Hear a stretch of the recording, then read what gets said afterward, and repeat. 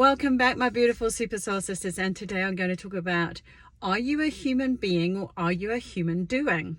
Okay, and I loved it when I first heard this. I thought, this is so amazing. Like, I never really sort of broke down those two words. You know, we're humans, all of us, and we're either a doing one or a being one, but yet the actual word is human being rather than a human doing.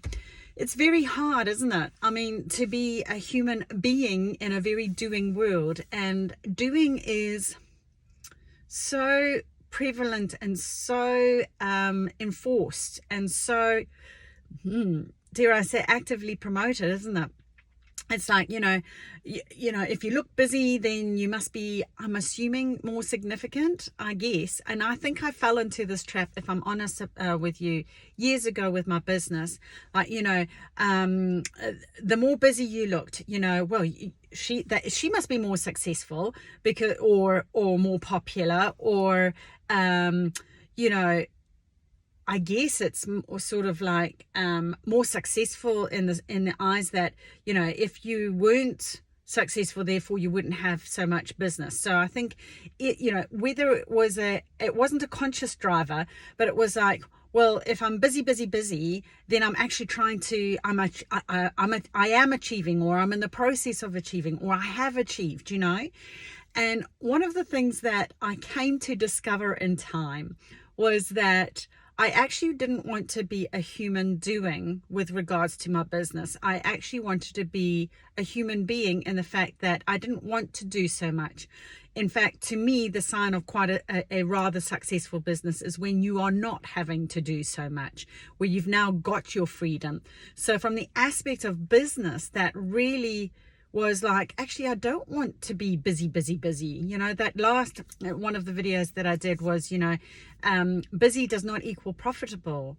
So, so if you're looking to be busy the whole time, start asking yourself, why is that? Is there a need for you to look busy or feel busy? Or so some people, like I've had some folks on a emotional driver point. It's centered around I'm needed. If I have to, if someone says I need you to do this for me, it's like, I feel like I'm needed, I'm part of it. And this would appeal to the Enneagram number 2s.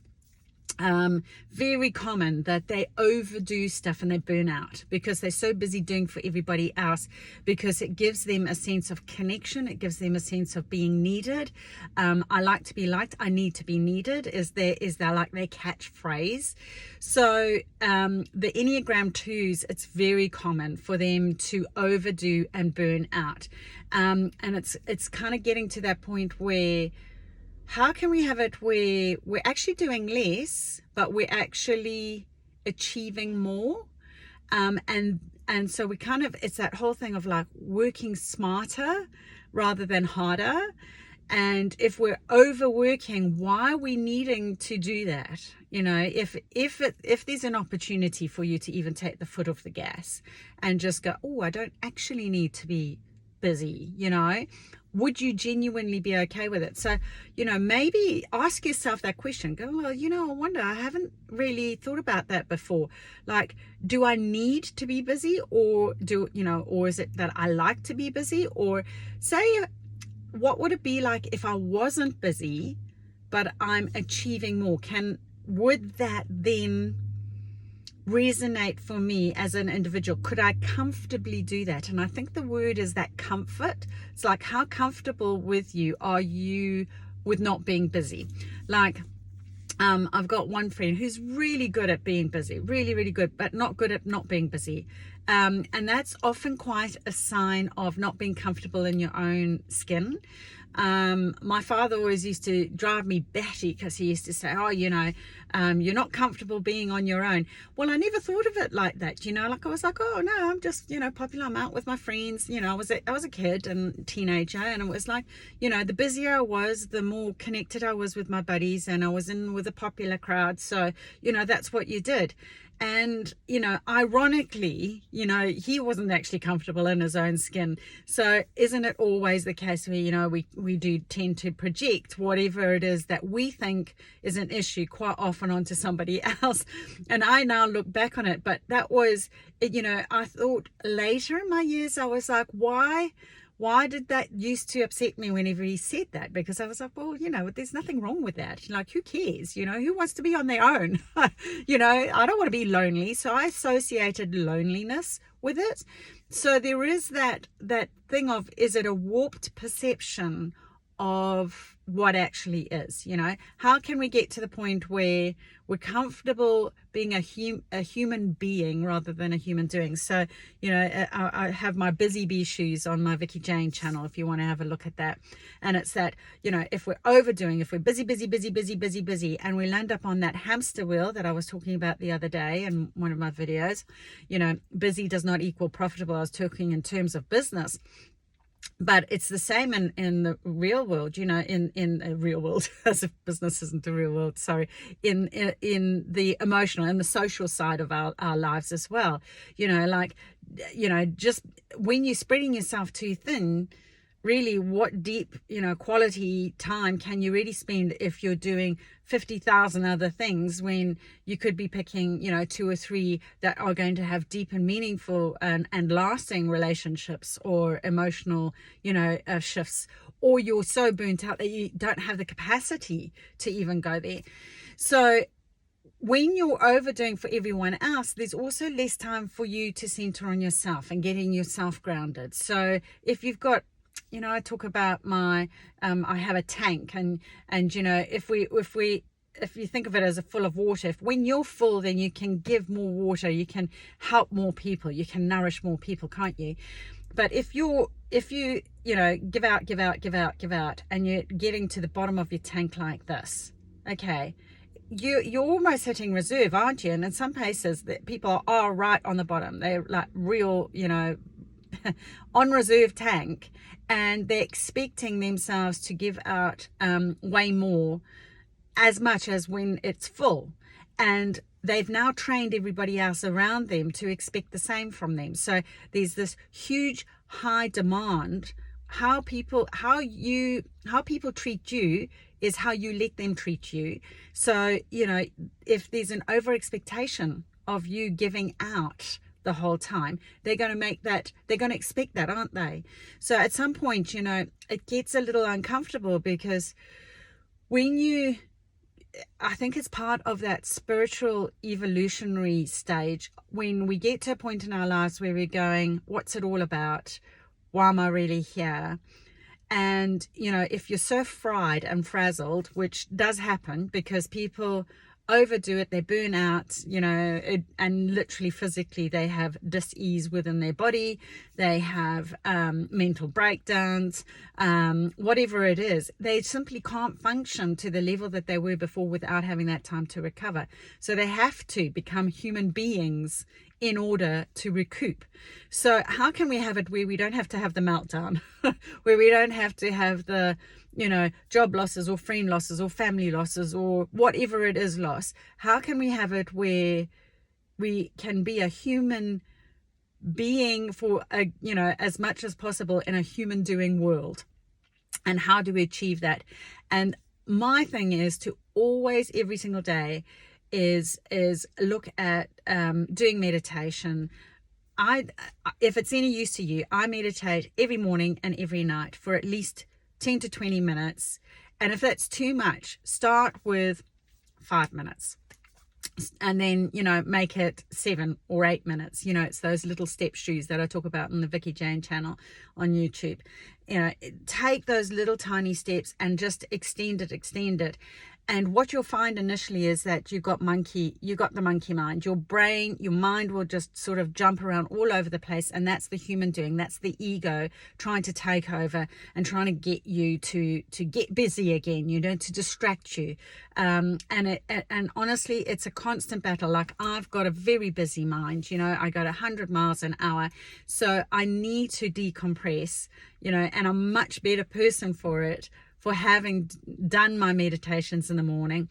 And sometimes if I'm really busy during the morning, I sometimes need a little bit of a break, 5 minutes even in the middle of the day, just to quiet, just to get centered again, just to ground. And again, then once you are out of the woods, you can see the woods more clearly. You can make clearer decisions.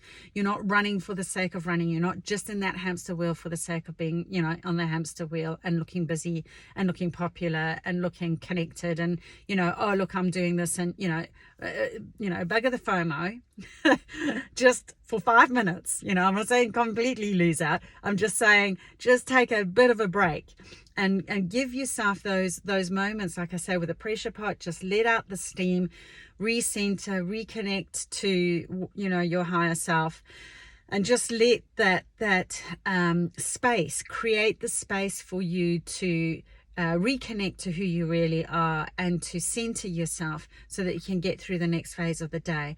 And then again at night, I do that in retrospect, just to give thanks for the day and then, calm everything down before actually going to sleep. So, it instead of having that racing mind, it helps to slow down that racing mind as well. So, one of my, where I first came across this was my sister. She works at, or used to work for a school. She was a deputy vice there. And one of the nuns actually went on a retreat, and she was a human doing. And the other nun that she went with was a human being. So they were very well suited, and they loved, hanging out together. They were great company. But their yoga instructor had said on the retreat, between, we're now going to be.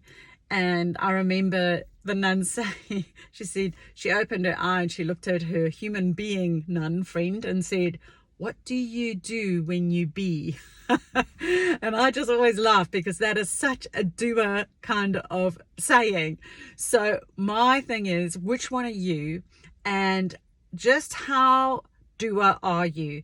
Like, if you're off Richter scale, if you're doing a lot of doing and at 100 miles an hour, you really got to be asking yourself why. Why are you doing it? There is, I can tell you without question, there will be an underlying motive for you being that way. Okay. And especially if you feel uncomfortable on your own, not comfortable in your own skin, in the fact that you're in your own space for long periods of time. If you start getting tetchy, this is the barometer, this is the test, okay? Take 5 minutes or 10 minutes out of your day and see how long you can be absolutely still and quiet for, without interruption, ideally without the monkey mind. Notice, and don't chastise yourself, just notice it. Just be the observer, be the super owl. Have your owl and your super owl shoes on, that I talk about in the VICKI JANE channel. Just have it where you go, oh gosh, there goes my mind again. There goes my mind again. There goes my mind again. There goes my mind again. So just pay attention. Don't chastise yourself. Don't give yourself a hard time. Just notice and go, wow, this is a lot. I found it really challenging when I first started. I was like, oh my gosh, my mind's all over the place. I got monkey brain. I just want to get up. I'm jittery. You get physically jittery. Your arms go, your feet go. You might feel uncomfortable in your body. Just notice it and then just let it go.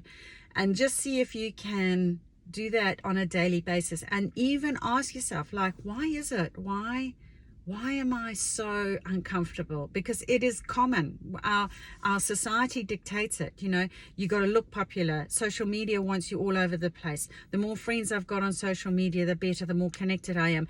Ping, ping, ping. That's all about you're significant, you're significant, you're significant. Get connected with me, even if it's about something completely inane. Grabbing your attention. Oh, somebody needs me. And then we get conditioned by that media. So pay attention to that, because they're playing you to profit. The reason they want you back in there is so that they can do their ads or can do their whatever it is, like even with Facebook, oh yeah, it's just to connect with my friends. Yeah, but then they do advertising in there too, don't they? So they now got you back in there, and now they've got your attention, and they're going to slide in an advert. So it's that being aware of all of that. How about we just switch it off? just for, you know, 10 or 15 minutes at lunchtime, or in the morning before you start your day. Don't reach for the phone straight away. You know, give yourself the time to stop, breathe, meditate, connect, and then be. And then even when you can go out in nature and just connect without your device, okay, just switch it off and just pay attention to the birds, to the grass, to the wind, to the sunshine, to the water, whatever it is that's around you, and just go, wow, I never noticed that before, you know. So I hope you found that useful. If you did, please will you thumbs up, like, share, and subscribe. Please pass this on to some lovely lady who will appreciate this just as much as you have. And look, if you're not part of the VICKI JANE Facebook group, would love to see you there. Would love to. Please come and join us. It's free. It doesn't cost anything. And it's just a whole bunch of like-minded ladies just like you, you know, who just get together and have a wee yarn and appreciate and get inspired. So I hope, if you're not already in there, I would love to see you join us. And yeah, you know, have a great day. Namaste.